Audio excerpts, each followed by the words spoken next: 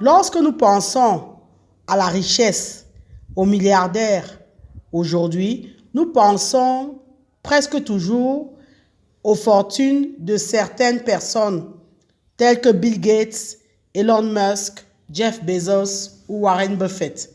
Mais il existe d'autres personnes dans le monde qui ont gagné des milliards grâce à l'agriculture. Ces personnes d'ailleurs figurent dans le classement Forbes des milliardaires. Nous allons dans cette vidéo vous parler des 10 premiers milliardaires de l'agriculture qui figurent dans le classement Forbes le plus récent. Il s'agit de 5 Chinois, un Russe, un Tchèque, 2 Américains et un Saoudien qui sont devenus milliardaires par l'agriculture. Le numéro 10 de cette liste Forbes est un Chinois. Il s'agit de Bao Yongxing.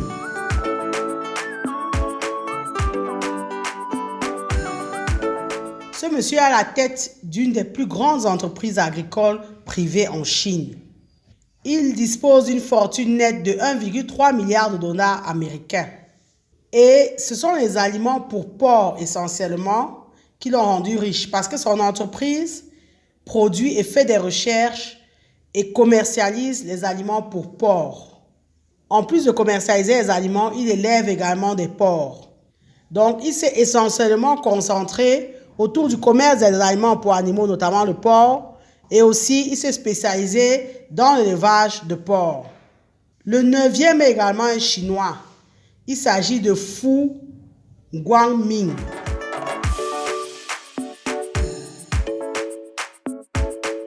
C'est un des entrepreneurs agricoles, effectivement, qui est également un des plus riches. Il est également chinois. Son entreprise a un actif net de 1,5 milliard de dollars. Il a fait fortune dans le secteur de la volaille. Il fournit le célèbre restaurant KFC en Chine. Donc, son entreprise s'occupe essentiellement de l'élevage, de l'abattage et de la transformation des poulets. Donc, vous allez avoir les poulets surgelés, les poulets pour l'industrie agroalimentaire, les poulets pour les marchés de gros, etc., etc. Le 8e dans ce classement Forbes est encore un Chinois. C'est également un milliardaire agricole qui a une fortune nette de 2 milliards de dollars. Il s'agit de Qin Yingling.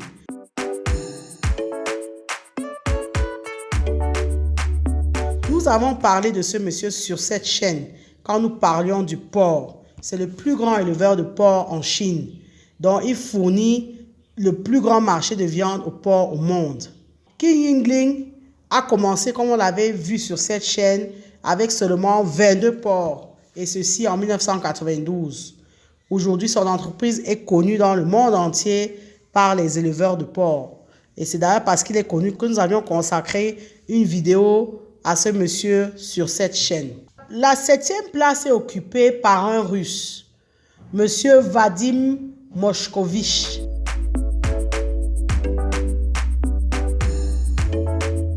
Il a une holding agricole, la Rusagro, et c'est un des plus grands producteurs de porc et de sucre en Russie. Sa propriété foncière, la propriété foncière de son entreprise Rusagro s'étend sur plus de 600 000 hectares.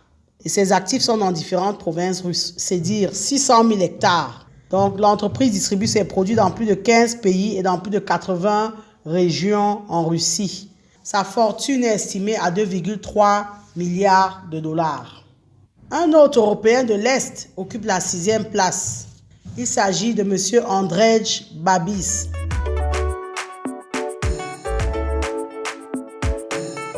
C'est un Tchèque et sa fortune nette est estimée à 3,4 milliards de dollars américains.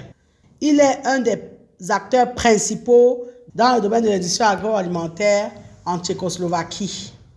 En 5e position, nous avons un Américain, Harry Steen.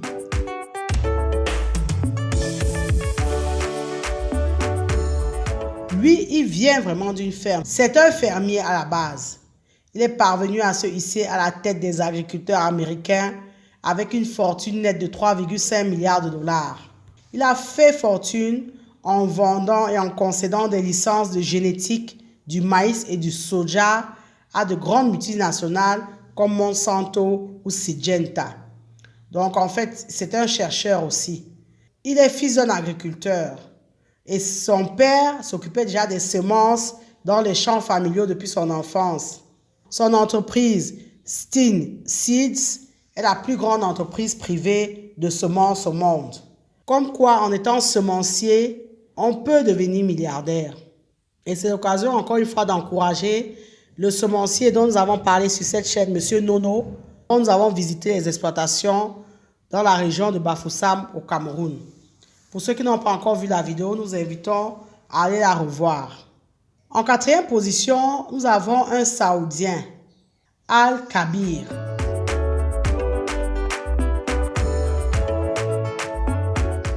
Il est membre de la famille royale saoudienne.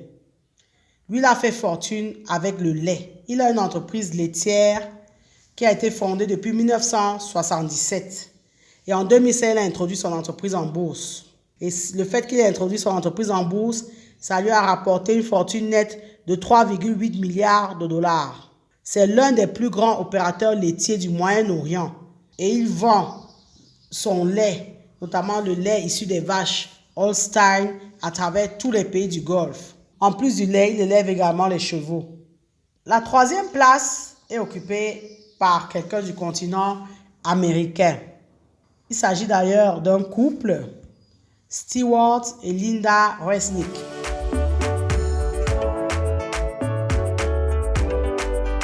Ils possèdent une fortune de 4 milliards de dollars américains. Ce sont les amandes, les oranges, les pamplemousses qui sont produits sur leur terre ainsi que les jus de fruits qui leur ont permis de faire fortune. Ils ont des terres partout dans les États américains et leurs produits sont vendus dans tout le pays. L'empire agricole de Stewart Resnick a été fondé en 1978 et il a acheté ses premières terres dans ces années-là en Californie. Les deux premiers milliardaires agricoles de ce classement sont encore des Chinois. Il s'agit d'ailleurs de deux frères, Liu Yonggao et Liu Yongxin. Parlons donc du deuxième, qui est Liu Yonggao.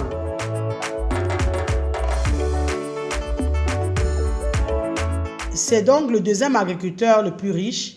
Il est également un des plus grands éleveurs de porcs et d'animaux au monde. Il a une fortune nette de 4,6 milliards de dollars. Liu Yonggao et sa famille, notamment son frère, ils arrivent en tête des agriculteurs qui ont fait fortune dans l'élevage. Son entreprise n'est pas seulement présente sur le marché chinois, mais il a pu conquérir d'autres pays. Donc son entreprise a plus de 500 filiales et succursales dans le monde. Et on l'a vu, il travaille essentiellement autour de l'activité d'élevage, notamment de porcs. Il a investi également dans les aliments pour animaux, dans la transformation agroalimentaire. Et si vous êtes fidèle sur cette chaîne, vous avez dû voir son système d'élevage de porcs à multi-étages. Il fait partie de ceux qui élèvent le porc dans des bâtiments à étages avec des ascenseurs. Enfin, le premier, donc c'est Liu Yongxin.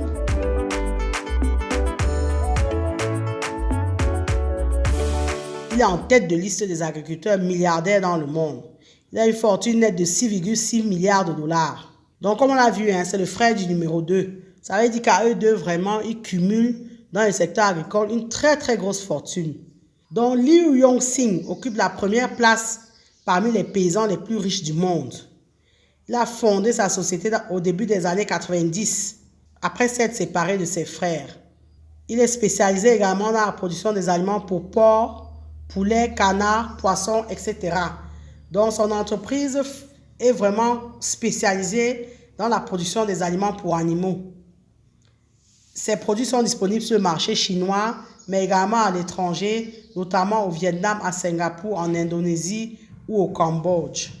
Comme on vient de le voir, il n'y a pas que le secteur de la tech ou de l'informatique ou des nouvelles technologies qui rendent milliardaires. L'agriculture, qui est un des secteurs clés de notre vie parce que nous mangeons plusieurs fois par jour, peut rendre ces acteurs milliardaires. Nous avons vu ici qu'il y a plusieurs producteurs de porc, plusieurs producteurs d'aliments pour animaux. On a vu également un semencier, etc., etc. L'Afrique est pour le moment absente de ce classement des 10 premiers milliardaires de l'agriculture. La Chine occupe 5 places. L'Europe de l'Est, 2 places. Les Américains, eux, occupent 2 places dans ce classement. Et il y a un Saoudien. L'enjeu, effectivement, c'est que dans quelques années, un Africain puisse faire partie de ce classement-là. C'est possible. Merci de liker, partager et commenter la vidéo si vous pensez qu'elle vous a été utile. Abonnez-vous à AgriTV Web et activez la cloche de notification pour ne pas manquer nos prochaines publications.